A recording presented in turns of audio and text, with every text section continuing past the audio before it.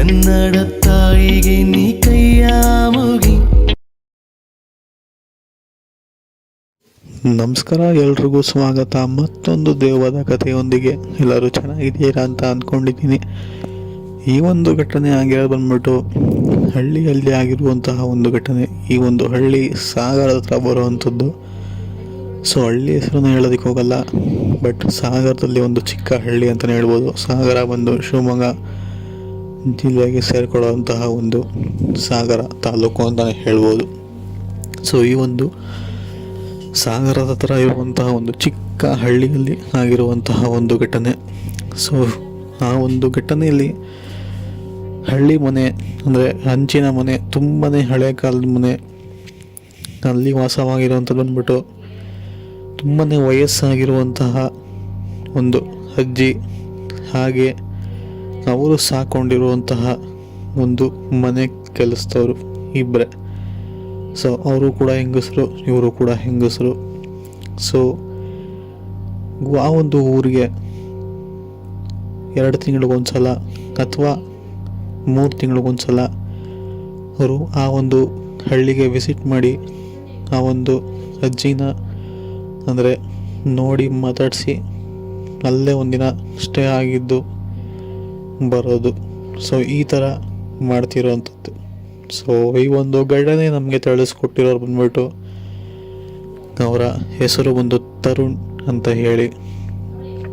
So ಈಗ ಅಂದ್ಕೊಳ್ಳಿ, ನಿಮಗೆ ಯಾವುದಾದ್ರು ರಜಾ ಸಿಕ್ತು, ಊರಿಗೆ ಹೋಗಬೇಕು, ಅಲ್ಲಿ ಟೈಮ್ ಸ್ಪೆಂಡ್ ಮಾಡಬೇಕು ಅಂತ ಅಂದ್ಕೊತೀರ. ಊರಲ್ಲಿ ನಿಮಗಿರುವಂಥದ್ದು ಅಜ್ಜಿ, ಹಾಗೆ ಆ ಒಂದು ಮನೆ ಕೆಲಸದವರು ಇದ್ದಾರೆ ಅಂತ ಅಂದ್ಕೊಳ್ಳಿ. ಸೊ ಅದರಲ್ಲಿ ನಿಮ್ಮ ಅಜ್ಜಿ ಅಂದರೆ ವಯಸ್ಸಾಗಿರುವಂತಹ ಅಜ್ಜಿ ತುಂಬಾ ಮಾತಾಡ್ತಾರೆ, ಹಾಗೆ ಎಲ್ಲರೂ ಕೂಡ ನಗ್ನಗ್ತಾ ಇರ್ತಾರೆ. ಹೀಗೆ ಅವರ ಒಂದು ಜೀವನ ಶೈಲಿ ಇರುತ್ತೆ ಅಂತ ಅಂದ್ಕೊಳ್ಳಿ. ಸೊ ಈಗ ನೀವೊಂದು ಘಟನೆನ ನೀವು ನಿಮ್ಮ ಸ್ಟೈಲ್ನಲ್ಲೇ ಅರ್ಥ ಮಾಡ್ಕೊಳ್ಳೋದಕ್ಕೆ ಪ್ರಯತ್ನ ಪಡಿ. ಈ ಒಂದು ತರುಣ್ ಎಂಬುವರ ಅಜ್ಜಿ ಕೂಡ ಸೇಮ್ ಇದೇ ಥರನೇ ಇರುವಂಥದ್ದು. ಎಲ್ಲರೂ ಕೂಡ ಓದೋನೆಲ್ಲ ಕೂಡ ನಗ್ನಗ್ತಾ ಮಾತಾಡಿಸಿ ನಂತರ ಎಲ್ಲ ತರಹದ ಉಪಚಾರಗಳನ್ನೆಲ್ಲ ಮಾಡಿ ತುಂಬಾ ಲವಲವಿಕೆಯಿಂದ ಇರ್ತಿರುವಂತಹ ಒಂದು ವ್ಯಕ್ತಿ. ಸೊ ಈಗ ಅಂದ್ಕೊಳ್ಳಿ, ಇವರು ಕೂಡ 2 ತಿಂಗಳು ಬಿಟ್ಟು, ಅಂದರೆ ಹೋದ್ಸಲ ವಿಸಿಟ್ ಮಾಡಿದಾಗ 2 ತಿಂಗಳಾದಮೇಲೆ ಇವಾಗ ಮತ್ತೊಮ್ಮೆ ವಿಸಿಟ್ ಮಾಡೋದಕ್ಕೆ ಹೋಗಿರ್ತಾರೆ. ಬಟ್ ಶಾಕಿಂಗ್ಲಿ ಆ ಒಂದು ಮನೆಯಲ್ಲಿ ಕೆಲಸ ಮಾಡೋಕ್ಕೆ ಅಂತ ಇರ್ತಾರಲ್ಲ, ಅವರು ತುಂಬಾ ಚೆನ್ನಾಗಿರೋ ಬಟ್ಟೆ ಹಾಕ್ಕೊಂಡು ನಿಮ್ಮ ಒಂದು ಪೇರೆಂಟ್ಸ್ ಅಥವಾ ಅಜ್ಜಿನ ಡಾಮಿನೇಟ್ ಮಾಡ್ತಿದ್ದಾರೆ ಅಂತ ಅಂದ್ಕೊಳ್ಳಿ.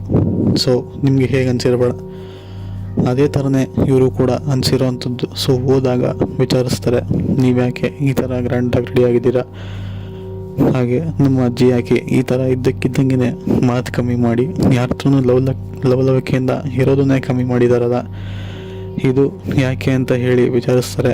ಅದಕ್ಕೆ ಆ ಒಂದು ಮನೆ ಕೆಲಸದವ್ರಿರ್ತಾರಲ್ಲ, ಒಂಥರ ವಿಚಿತ್ರವಾಗಿ ನಕ್ಕಿ ಈ ಮನೆ ನಂದು ಅಂತ ಹೇಳಿದ್ರೆ ಹಿಂಗಾಗಿರುತ್ತೆ ಹೇಳಿ. ಸೊ ಇದೇ ಸೇಮ್ ಘಟನೆ ತರುಣ್ ಅವರ ಜೊತೆ ಕೂಡ ಆಗಿದ್ದು. ಈ ಮನೆ ನಂದು ಅಂತ ಹೇಳಿ ಒಂಥರ ವಿಚಿತ್ರವಾಗಿ ನಗ್ತಾರೆ. ಇದನ್ನು ಗಮನಿಸಿದಂತಹ ತರುಣ್ ಮೋಸ್ಟ್ಲಿ ತಮಾಷೆ ಮಾಡ್ತಿರ್ಬೇಕೇನೋ ಅಂತ ಹೇಳಿ ಅವ್ರ ಅಜ್ಜಿನ ಮಾತಾಡ್ಸೋಕ್ಕೆ ಅಂತ ಹೋಗ್ತಾರೆ. ಆದರೆ ಅವ್ರ ಅಜ್ಜಿ ಆಗಿರುವಂತಹ ಒಂದು ಸ್ಥಿತಿ ನೋಡಿ ಇವರೇ ಒಂದು ಕ್ಷಣ ಬೆರಗಾಗ್ತಾರೆ. ಎಷ್ಟು ಲವಲವಿಕೆಯಿಂದ ಇದ್ದಂತಹ ಅಜ್ಜಿ ಈಗ ಮೂಲೆ ಗುಂಪಾಗಿರ್ತಾರೆ.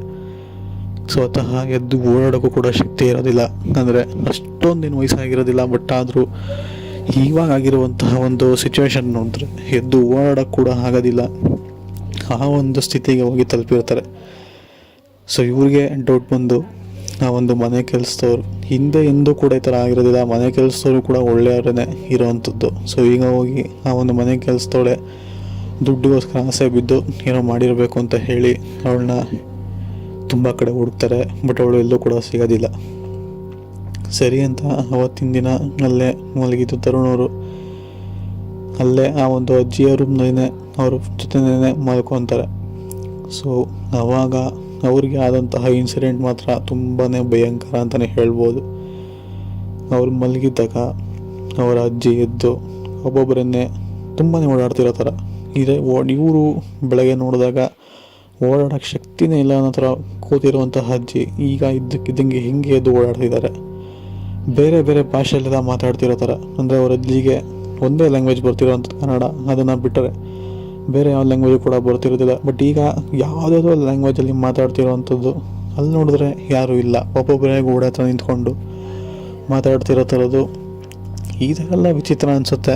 ಸೊ ಇವರು ಕೂಡ ಅಂದ್ಕೊತಾರೆ ಮೋಸ್ಟ್ಲಿ ವಯಸ್ಸಾಗಿದೆ ಬಿಡು, ಏನೋ ಅರಳು ಮಾಡಿರಬೇಕು, ಮಾತಾಡ್ತಿರ್ಬೇಕು ಅಂತ ಅಂದ್ಕೊತಾರೆ.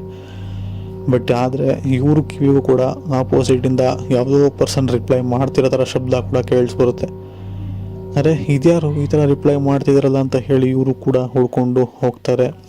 ಸರಿ ಅಂತ ಹೇಳಿ ಹುಡ್ಕೊಂಡು ಹೋಗ್ಬೇಕಾದ್ರೆ ನಾವೊಂದು ಮನೆ ಕೆಲಸದವಳಿರ್ತಾಳಲ್ಲ, ಸೊ ಅವಳು ಒಂಥರ ವಿಚಿತ್ರವಾಗಿ ಕಾಣಿಸ್ತಿರ್ತಾಳೆ. ಅವಳು ಎನಿ ಟೈಮ್ ಕೂದಲನ್ನ ಕಟ್ಕೊಂಡು ಸರ್ಗನ್ನ ಮೇಲುಚ್ಕೊಂಡು ತುಂಬಾ ಒಂದು ಟ್ರೆಡಿಷ್ನಲ್ ಆಗಿರುವಂತಹ ಒಂದು ಕೆಲಸದವಳಾಗಿರ್ತಾಳೆ. ಬಟ್ ಆದರೆ ಈಗ ಅವಳಿಗೂ ತನ್ನ ಬಟ್ಟೆನೂ ಕೂಡ ವಿಚಿತ್ರವಾಗಿ ಹಾಕಿರ್ತಾಳೆ.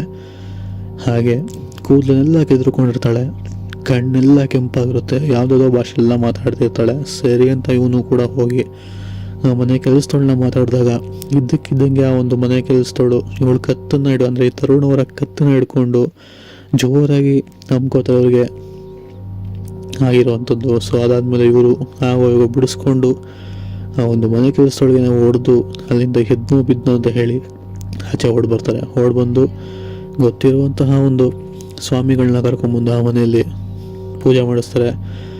ಆಗ ಅವ್ರಿಗೆ ಗೊತ್ತಾಗುವಂಥದ್ದು ಈ ಮನೆ ಮೇಲೆ ಯಾರೋ ಮಾಟ ಮಂತ್ರ ಮಾಡಾಕಿದ್ದಾರೆ. ಆದ ಕಾರಣ ಯಾವುದೋ ಒಂದು ಆತ್ಮ ಇವ್ರ ಮೇಲೆ ಬಂದು ಸೇರಿಕೊಂಡಿದೆ, ಅದು ಈ ಥರ ಎಲ್ಲ ತೊಂದರೆ ಮಾಡ್ತಿರೋವಂಥದ್ದು ನಿಮ್ಮ ಫ್ಯಾಮಿಲಿಗೆ. ಸೊ ಈಗ ಅದನ್ನು ಬಂಧನ ಮಾಡಿದ್ದೀನಿ, ಇನ್ನು ಮುಂದೆ ಹುಷಾರಾಗಿ ನೋಡ್ಕೊಳ್ಳಿ, ಆದಷ್ಟು ನಿಮ್ಮ ಅಜ್ಜಿನ ನಿಮ್ಮೂರಿಗೆ ಕರ್ಕೊಂಡೋಗಿ ನೋಡ್ಕೊಳ್ಳಿ, ಈ ಒಂದು ಮನೆ ಇನ್ನು ಮುಂದೆ ಸೇಫ್ ಅಲ್ಲ ಅಂತ ಹೇಳ್ತಾರೆ. ಸೊ ಇದನ್ನು ನೋಡಿದಂಥ ಅವರು ಅವ್ರ ಅಜ್ಜಿನ ಕರ್ಕೊಂಡು ಹೋಗುವಂಥದ್ದು. ಇದಾಗಿತ್ತು ಕತೆ. ಇಷ್ಟ ಆಗಿದೆ ಅಂತ ಅಂದ್ಕೊಂಡಿದ್ದೀನಿ. ಸಿಗೋಣ ಮತ್ತೊಂದು ಕಥೆಯೊಂದಿಗೆ. ಅಲ್ಲಿವರೆಗೂ take care. Good bye friends.